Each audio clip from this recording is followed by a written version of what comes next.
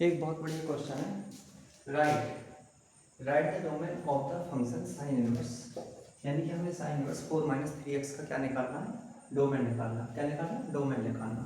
तो जो हमारा fx, ये जो हमारा फंक्शन होगा साइन इनवर्स, ये हमारा कब डिफाइन होता है?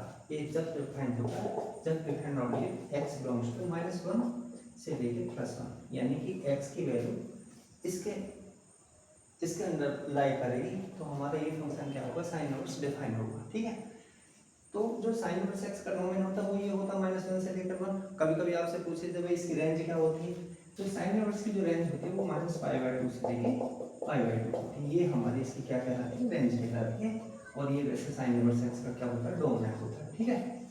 अब मुझे साइन इनवर्स 4-3x का, तो साइन इनवर्स 4-3x कब डिफाइन होगा? जब 4-3x की वैल्यू, अगर मुझे साइन इनवर्स x डिफाइन करना है, राइट, अगर f(x) equals to sine inverse, क्या लिखूं? 4-3x लिखना। तो ये कब डिफाइन होगा? इफ एंड ओनली कब? तब इसकी वैल्यू -1 लेस देन 4-3x, यानी कि इसके बीच में क्या राइज करेगी, तब ये हमारा फंक्शन डिफाइन होगा। क्लियर? तो इसकी जो वैल्यू होगी -1 से लेकर +1 के बीच में कहीं ना कहीं लाई करेगी।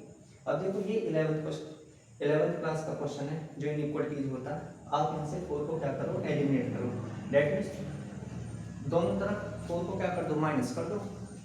जब इधर भी 4 को माइनस करोगे तो -4 आएगा, यहाँ से 4 कैंसिल होगा 3x, और यहाँ पे यहाँ भी -4 कर दिया। अब ये 4 क्या हो गया? -5, और ये हो गया हमारा 3x, और ये क्या हो गया? -3।